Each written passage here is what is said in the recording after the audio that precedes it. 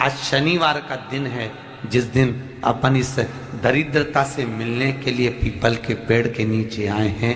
हिंदू धर्म में ये दिन पीपल के वृक्ष के लिए पूजनीय होगा। जो भी शनिवार के दिन पीपल के वृक्ष की पूजन करेगा, दूध चढ़ाएगा या मिष्ठान का भोग लगाएगा, लक्ष्मी और नारायण उसके घर में प्रवेश कर जाएगा।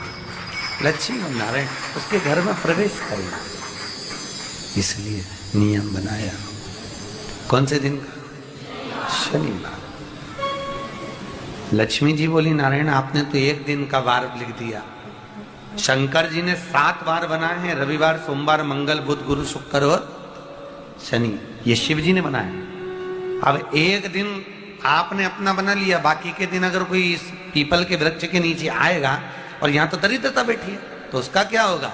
भगवान नारायण बोले, सुन दरिद्रता, तेरे से एक विनती है, अगर कोई भी मनुष्य इस पीपल के पेड़ के नीचे अगर 7 दिन में आता है और उसके हाथ में अगर कोई सामग्री होती है तो तू उसके घर में प्रवेश नहीं करेगी।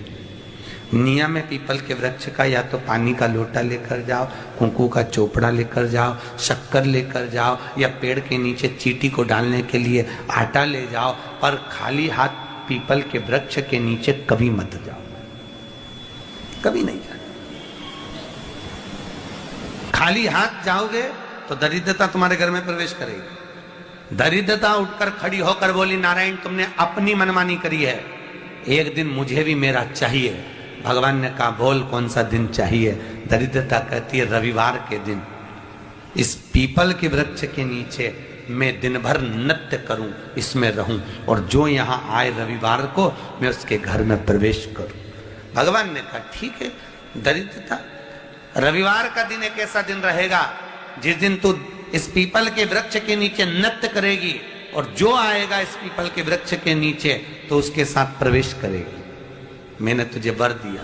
इसलिए हमारे यहाँ केवल पीपल का वृक्ष अगर दीवार में भी लग जाता है ना, किसी की फैक्ट्री की दीवार में, किसी के घर की दीवार में पीपल का वृक्ष अगर लग जाता है, पीपल का पौधा लग जाता है, उसको कितना भी तोड़ लो वो वापिस लग जाएगा।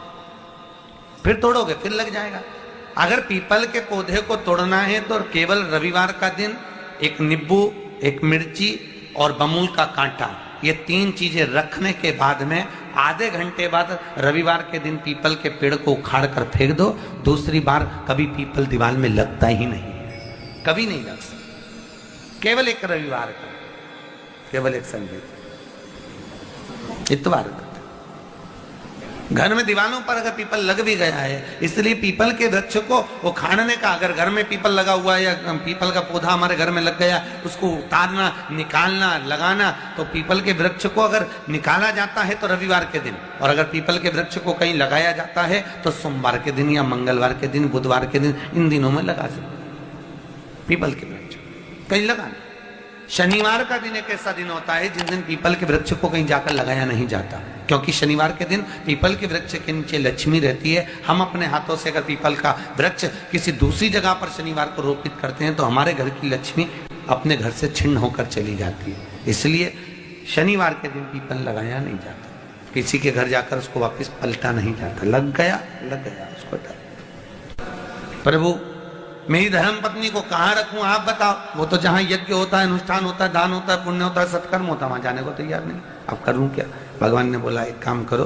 दुर्वासा जी बोले, जिसके यहाँ रात्रि में बर्तन झूठे पड़े रहते हो, उसके घर में इस दरिद्रता को लेकर तुम प्रवेश कर जाना। जिसके यहाँ रात्रि में बर्तन झूठे पड़े हो, वहां लेकर प्रवेश कर जाओ। दूसरी जगह दुर्वासा जी बोले, जो स्त्री घर में दोपहर के समय पर सो रही हो, उसके घर में इसको लेकर प्रवेश कर जाइए।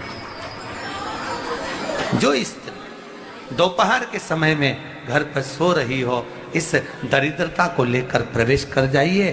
तीसरा, जिसके यहाँ पर दरवाजे पर कांटे वाले पौधे लगे हों, उस घर में इस दरिद्रता को लेकर प्रवेश कर जाइए। दरिद्रता, कितनी सुंदर बात कही है। दाता और विधाता, कौन कौन? दाता और विधाता। लक्ष्मी और दरिद्रता के सगे भाई हैं। कौन कौन? दाता और विधाता। दाता को फिटकरी प्रिय है, विधाता को नमक प्रिय है। ये दोनों हमेशा लक्ष्मी को और दरिद्रता को दोनों को समझाते थे, दोनों में प्रेम बढ़ाते थे। आज भी हिंदू धर्म की रीति है, यहां तो ठीक है, जिसके यहां पर भी अगर थोड़ी सी भी परेशानी होती है, थोड़ा सा क्लेश होता है, अशांति होती है, लक्ष्मी नहीं टिक रही हो, काम नहीं बन रहे हो, बहुत प्रयास करा जा रहा हो और हमारा कार्य नहीं होता, तो क्या करते हैं? फिटकरी और नमक को पानी में डाल देते हैं और घर में पोछा लगा देते हैं। आप लोगों ने आजकल फेसबुक पे भी पढ़ा होगा, व्हाट्सएप पे भी पढ़ा होगा। तो क्यों लिखा उसमें? उसका कारण ही केवल ये है कि दाता और विधाता की प्रियता उसमें। माता ख्याति के जो 4 बच्चे हुए, इसमें जो 2 लड़के हैं, दाता और विधाता, उसकी प्रियता उसमें, उसकी पूर्णता उस। अब दुर्वासा जी बोले अपनी धर्म पत्नी को वहां लेकर, जहां कांटेदार पौधे लगे हों वहां पर लेकर प्रवेश कर जाइए। कांटेदार पौधों में उस दरिद्रता का निवास हो गया। कितना विचित्र कथा यहां वर्णन करी है। श्रीमद् भागवत के अंतर्गत जो वर्णन किया कि मृत्यु निश्चित है, रोग ऐसा शनि महाराज के कारण हो गया हो, अच्छे काम करते करते उल्टे हो रहे हैं, होते हैं किसी किसी के साथ में, विपरीत परिस्थितियां आ जाती है, अच्छा करने जाओ बुरा हो जाता है, अच्छा कर्म करने जाओ बुरा हो जाता है। तो पीपल के वृक्ष की जो छाल होती है, छाल देखिए, पीपल के वृक्ष में जो छाल लगी होती है, उस छाल को घिसकर चंदन बनाकर भगवान शंकर का स्नान कराकर, अभिषेक कराकर, पूजन कराकर, पूजन कराने के बाद में पिपलेश्वर महादेव का नाम लेकर, कौन से महादेव? पिपलेश्वर महादेव का नाम लेकर वो जो घिसी हुई छाल होती है, उस छाल का तिलक भगवान शंकर को लगा लो और उसी का थोड़ा सा भाग अपने कंठ पर, मस्तक पर लगाना प्रारंभ कर दो। धीरे धीरे जो विपरीत दशा है वो सुधरना प्रारंभ हो जाती है। पर नाम याद रखना, पिपलेश्वर। काशी में जो शिव जी की स्थापना कौन ने करी?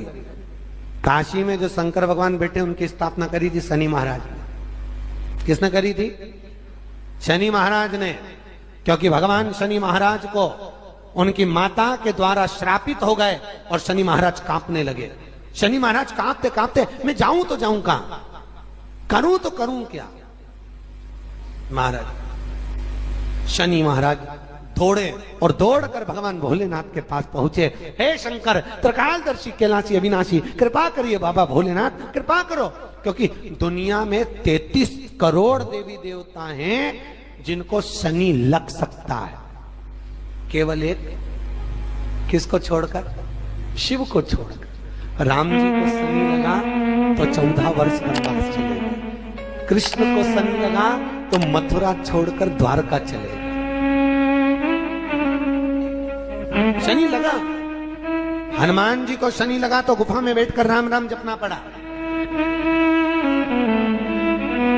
शनि सबको लगता है, केवल शनि नहीं लगता तो एक मेरे महादेव को, मेरे भोले बाबा को नहीं लगता। शंकर के पास में शनि आ गए। शनि ने आकर कहा, भोलेनाथ कृपा करिए बाबा, मैं बड़ा कष्ट में हूं, मैं करूं क्या? बाबा भोलेनाथ ने कहा, जा गंगा जी के तट पर काशी में जाकर एक शिवलिंग की स्थापना कर, उसकी आराधना कर और तेरा शरीर ठीक हो जाएगा, कष्ट नहीं भोगेगा। शनि महाराज ने काशी में जाकर शिव जी की स्थापना करी।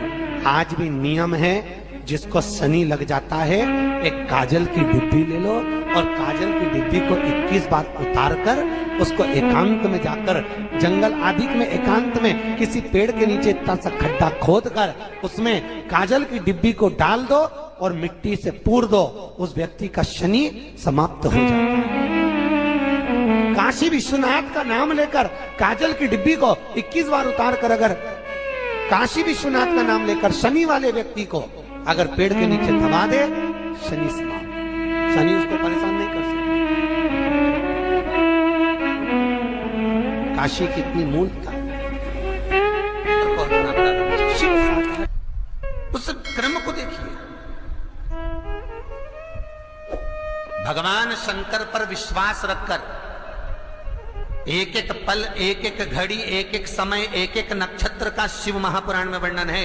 यहां तक शास्त्र कहता है कि पीपल के वृक्ष की जब भगवान शिव रचना करे, पीपल के वृक्ष की जब रचना करी गई तो उस पीपल के वृक्ष में भी कौन सा समय किसका है, ये शिव महापुराण वर्णन करती है। सुबह 4 बजे से लेकर 7:30 बजे तक पीपल के वृक्ष में ब्रह्मा जी का वासा होता है। 7:30 बजे से लेकर 10:30 पौने 11 बजे तक पीपल के वृक्ष में भगवान विष्णु का वासा होता है। 10:30 बजे से लेकर पीपल के वृक्ष में 11:30 बजे तक पितरों का वासा होता है।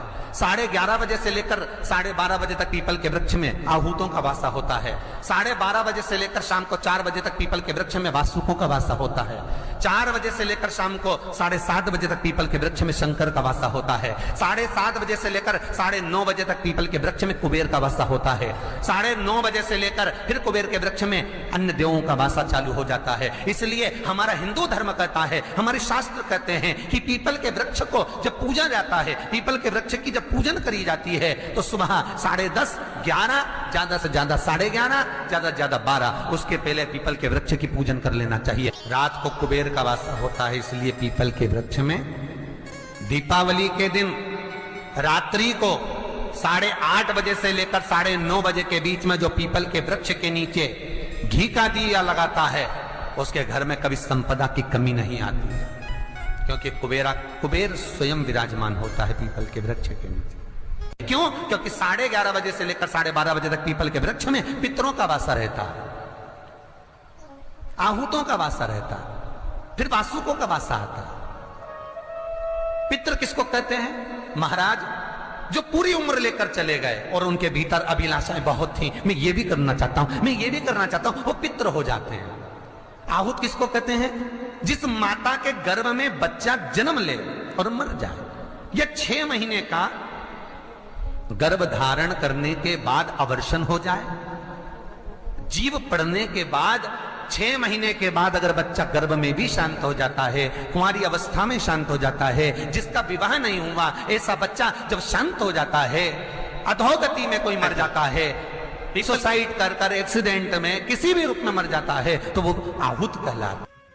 शनिवार के दिन जो पीपल के वृक्ष में सरसों के तेल का दीप लगाता है, उसको शनि कभी परेशान नहीं करता। एक बात हमेशा ध्यान रखिएगा, मान लो अगर कोई भारी रोग ऐसा शनि महाराज के कारण हो गया हो, अच्छे काम करते करते उल्टे हो रहे हैं, होते हैं किसी किसी के साथ में, विपरीत परिस्थितियां आ जाती है, अच्छा करने जाओ बुरा हो जाता है, अच्छा कर्म करने जाओ बुरा हो जाता है।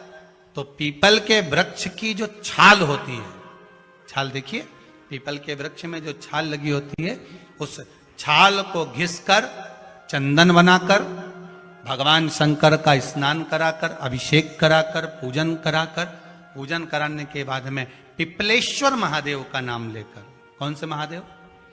पिपलेश्वर महादेव का नाम लेकर वो जो घिसी हुई छाल होती है, उस छाल का तिलक भगवान शंकर को लगा लो और उसी का थोड़ा सा भाग अपने कंठ पर, मस्तक पर लगाना प्रारंभ कर दो। धीरे धीरे जो विपरीत दशा है वो सुधरना प्रारंभ हो जाती है। पर नाम याद रखना, पिपलेश्वर जम